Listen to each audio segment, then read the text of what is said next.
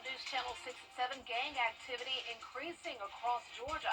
What state leaders are pushing to prevent children from being recruited. And the flu outbreak, how it's affecting the CSRA, and what local doctors recommend as your News at 7 starts now. Live from Television Park, this is WJBF News Channel 6 at 7. Good evening, everyone. I'm Dee Griffin. Thanks so much for joining us. Coverage you can count on begins with the Peach State cracking down on gang activity. Well, it's time now for a first check of our forecast with Chief Meteorologist Jenna Petracci. And Jenna, it was a nice day. It was a mixed bag there, but still cold, warm. What am I thinking? I'm still thinking it's January. It's supposed to be cool, but it was warm. I know, and it's complicated, Dee, because we're all over the place. We've got fog in the mornings, and then sunshine, and then we're back to cloud cover, and then fog again, and that's going to continue over the next couple of days. So right now on our Terry Lambert Hyundai Skyview cam, no rain, but it's definitely cloudy. Today's almanac shows a low of 44 this morning, and then a high of 73, well above our average of 59.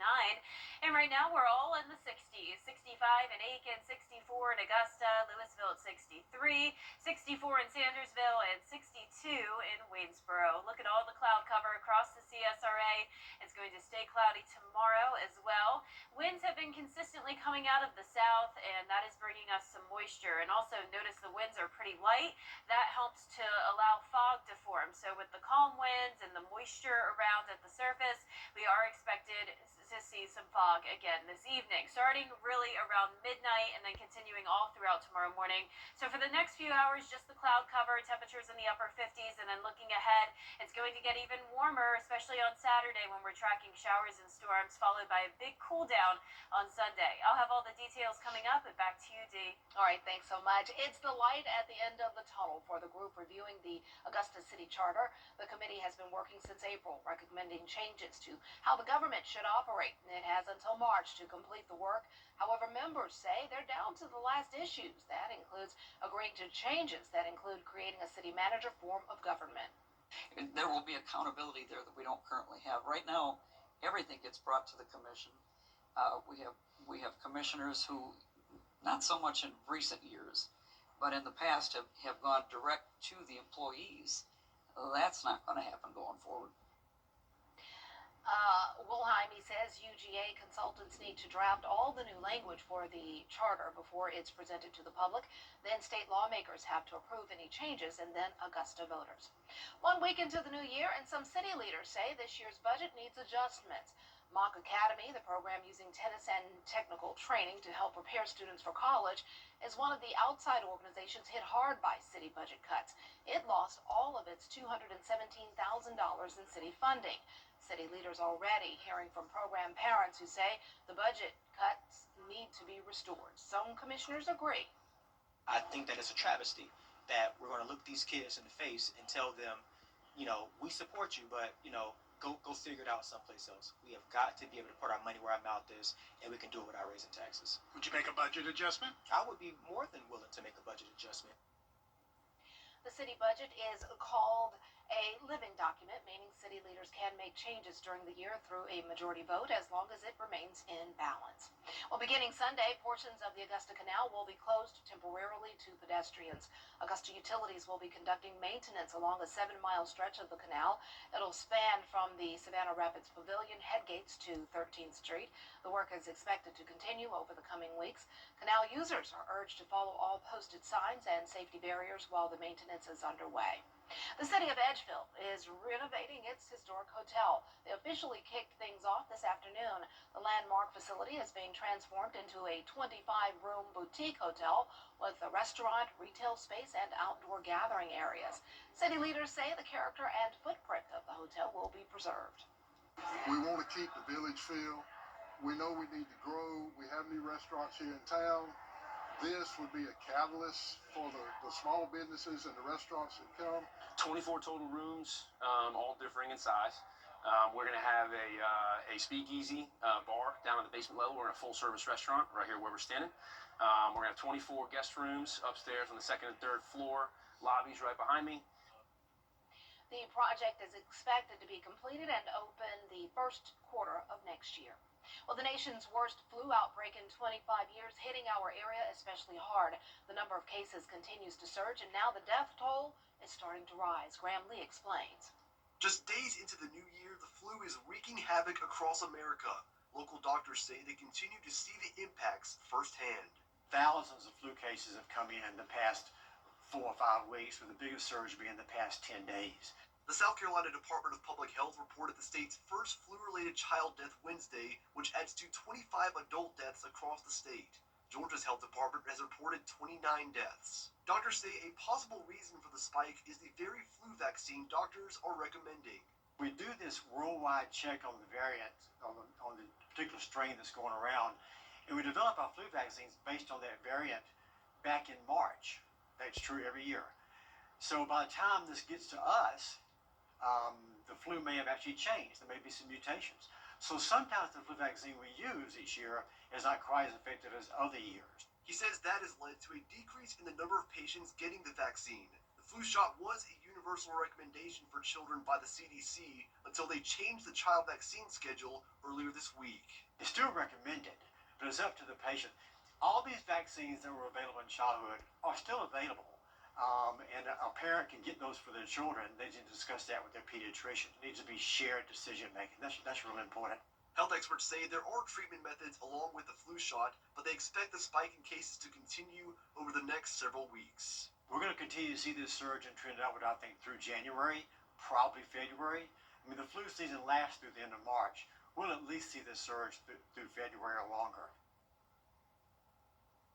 Doctors continue to recommend getting a flu shot if you haven't already done so, and make sure to wash your hands. Sherwood says there's antiviral drugs, that there are those drugs that can be prescribed to patients that have also proven to be effective. Well, coming up, protest over the death of the woman who was shot by an ICE agent in Minneapolis. Reactions on the protest and more on the investigation up next.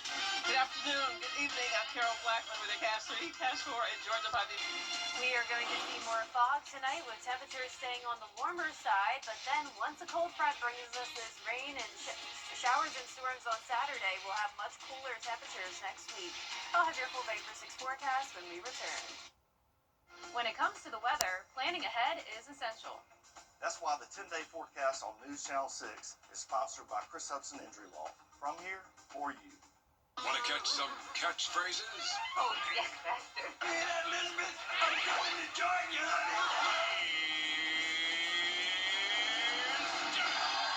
You won't be able to get them out of your head.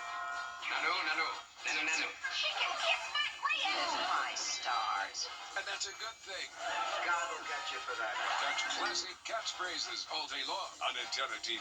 Watch today on WJBF 6.3.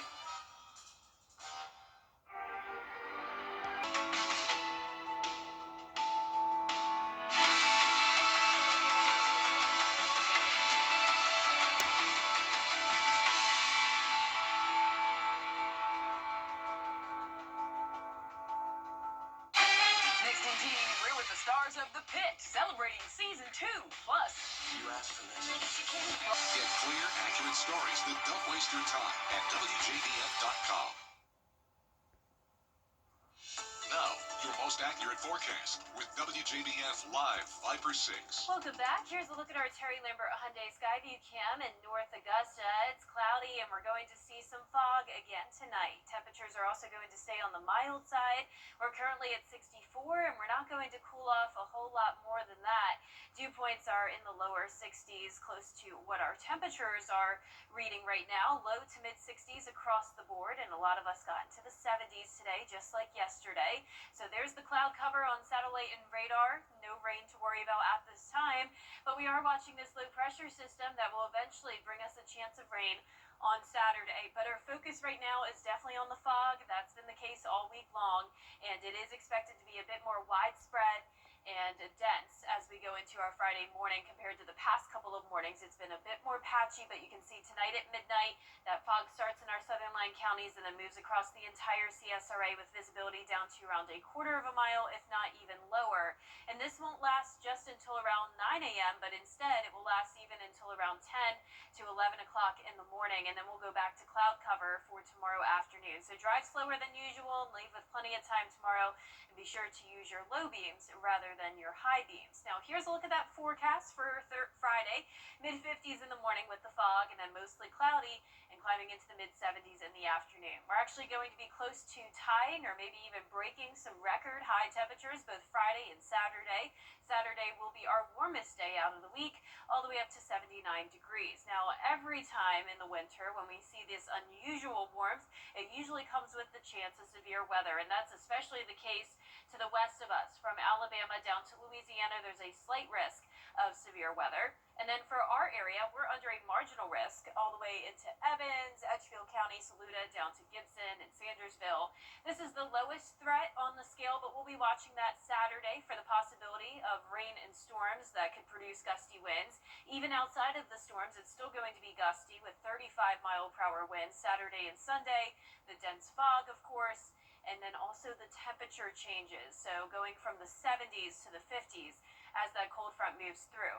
Now, luckily, the low-pressure system is far, far away from us over near the Great Lakes where there will be snowfall. So since it's so far removed from this cold front, that means that the front is definitely going to be weakening when it moves into the CSRA. So here's Saturday at lunchtime, still dry according to this one model run. This model and a lot of our models are showing the showers and storms move in later in the afternoon into the evening hours. Definitely some pockets of heavy rain there, but you can see it's breaking apart for the most part. And then we'll see just a few stray showers overnight with cloud cover lasting into Sunday morning. But we do have another model run I want to show you.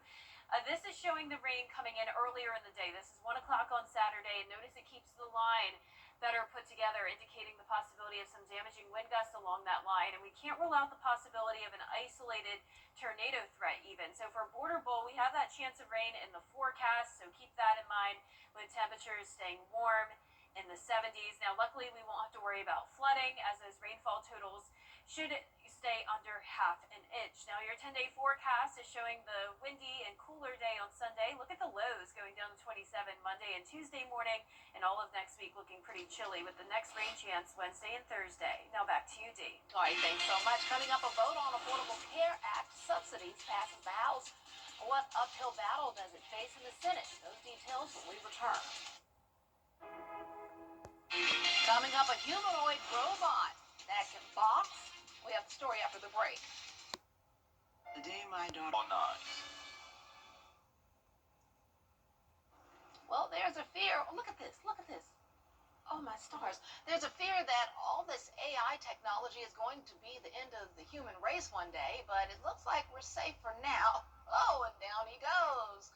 At least in the boxing ring. A Chinese company called Unitree developed a humanoid robot that can box. It doesn't box well, but it still tries to fight.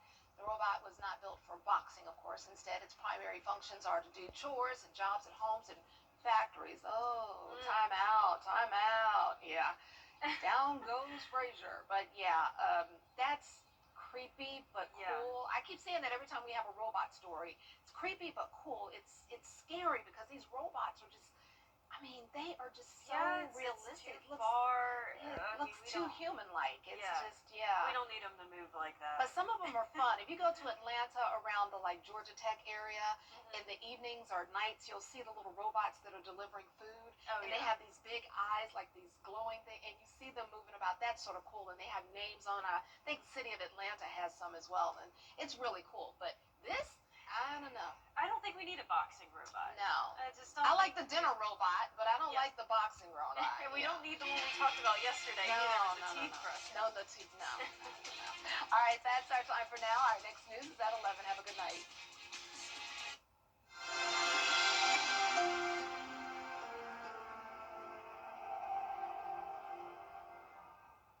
Our Bath Fitter team preps your